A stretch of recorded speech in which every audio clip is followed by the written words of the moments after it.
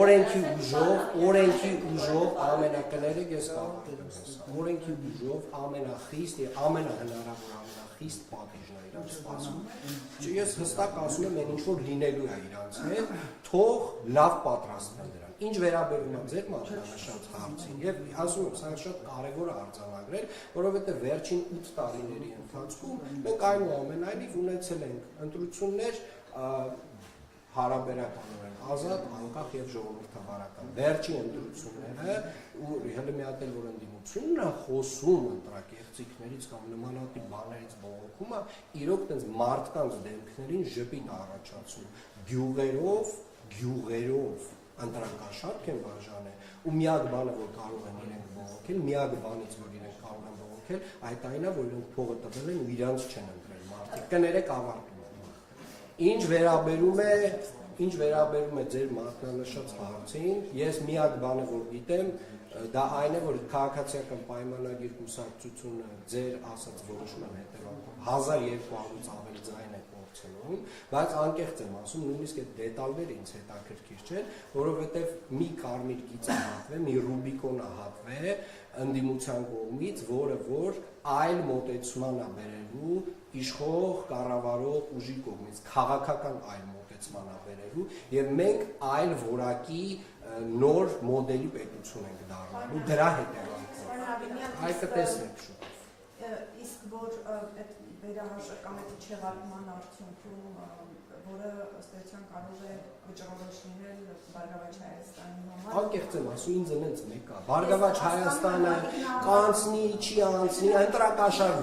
ընտրակաշարք բաժանող Բարգավաճ Հայաստանները, ուժեղ Հայաստանները, չգիտեմ, Հայաստան դաշինքները առհասարակ մեր քաղաքական կյանքում տեղ չպետք է ունենան, այդ տեսակ ուժերը առհասարակ չպետք է լինեն մեր քաղաքական դաշտում, ընտրակաշարք բաժանողը, ընտրակեղծարարությամբ զբաղվողը Հայաստանի Հանրապետությունից պետք է արմատախիլ արվի։ Սա է քաղաքական դիրքորոշումը, մնացած դետալները բացարձակ հետաքրքիր չէ։ Նախկինում, երբ որ կրկին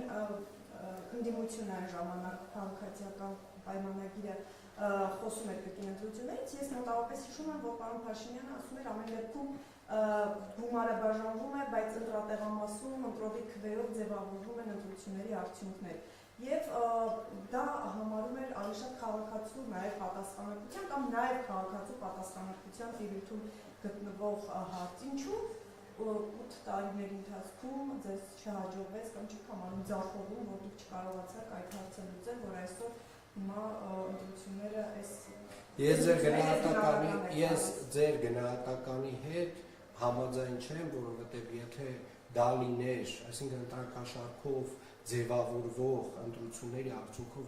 ձևավորվող քաղաքական դաշտը լիներ նորմա, Հայաստանի Հանրապետությունում 2018 թվականին չէր տեղի ունենա ժողովրդական հեղափոխություն։ Հեղափոխությունը տեղի ունեցել մի պատճառով, որովհետև Հայաստանի Հանրապետությունում ընտրությունները կեղծվում էին ընտրակաշարքով, տարբեր մեթոդներով, եւ 2018 թվականից մինչ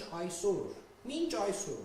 որևէ մեկը էականորեն չէր փորձել այդ ընտրակեղծարարության այս տեսակ ծավալը նույնպես իրականացնել։ Հիմա այդ փորձը կատարվել է, այդ ռուբիկոնը անցել են, այդ կարմիր գիծը հատել են եւ իրանք պատժվել են։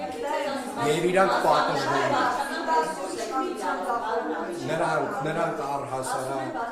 շատ բան են ասում, Հայաստանի Հանրապետության քաղաքացիները շատ լավ գիտեն ինչ է տեղի ունեցել, շատ լավ գիտեն, նաև գիտեն այն մարդիկ, ովքեր այդ փողը վերցրել եւ գնացել ընտրել են քաղաքացիական պայմանագիր կուսակցությանը։ Միսիայի տետրները գիտեն սոցիալապես անապահով մարդկանց ցուցակները ոնց են իրար մեջ բաժանել եւ առհասարակ նաև ուզում եմ մեծ շնորհակալություն հայտնել մեր իրավապահ մարմիններին, որոնք որ իհարկե գործել են, բայց ծավալը այնքան մեծ է եղել, որ նույնիսկ նրանք չէին կարող այս ամբողջ ծավալը փակել։ Եվ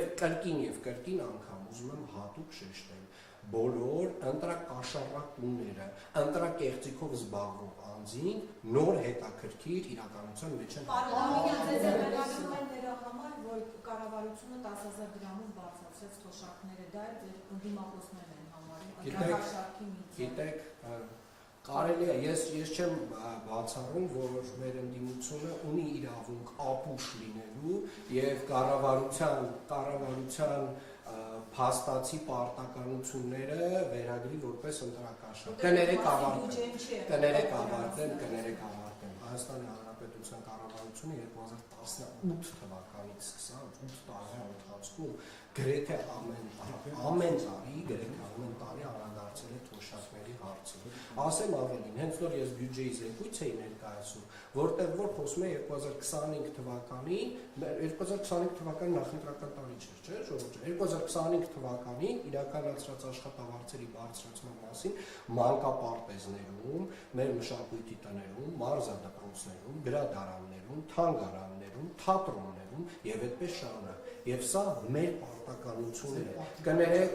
Կներեք, սա մեր պարտականությունն է եւ իրականում Հայաստանի ասեմ ավելին 2025 թվականին Երևանի քաղաքապետարանի բոլոր աշխատակիցների, ենթակառուցների բոլոր աշխատակիցները, կանաչապատման, ԵԱՍՄ աշխատակիցները ունեցել են առողջապահական ապահովագրություն։ Դե հիմա կարան գնահատել, դրանից առաջ ասել էր թոշակառուն ինչ պետք է անի, որ 10,000 դրամով բարձրացնենք թոշակը, իսկ նախընտրական շրջանում բարձրացվեց խոսքը սրա մասին։ Ես գիտեմ մի բան, սա եղել է կառավարության հետևողական աշխատանքը, ամեն տարի է այս տեսակ աշխատանք իրականացվել եւ այս տեսակ աշխատանքը կոչվում է առասարակ կառավարության լավ աշխատանք։ Պարոն Արամյան, ձեզ էմոցիոնալ ելույթը, որ պետք է բոլոր ընտրակերտարարները ես ասեմ, պատժվեն, հետաքրքիր է, իշխանությունները ինչ էին անում այս երկու անստանդարտում, որ հակապոլիտիկայի կոմիտեն մեկ օրվա մեջ 4-5 վիդեո էր հրապարակում։ Ինչի համապատասխան քայլեր չձեռնարկվեցին, այդ ուժերի հետ կապված համապատասխան որոշումներ։ Ասեմ ինչի, գիտեք ինչի, որովհետև հետո էլ 5 տարի լացն էր լինելու այդ ուժերի, որ մեզ ընտրապայքարից հանեցին։ Թող մնային ու այ հենց ասենց պետք է իրանք պարտվեին ընտրությունները, ընտրակաշառք բաժանելով պետք է պարտվեին, որ բերանները նույնիսկ լեզու չմնար։ Ու հիմա բերանները լեզու չի մնաց։ Եվ այո, նրանք պատժվելու են, պատժվելու են համակարգային եւ Հայաստանի Հանրապետությունից ընտրակաշառք բաժանողների տեսակը վերանալու։ Շնորհակալ եմ։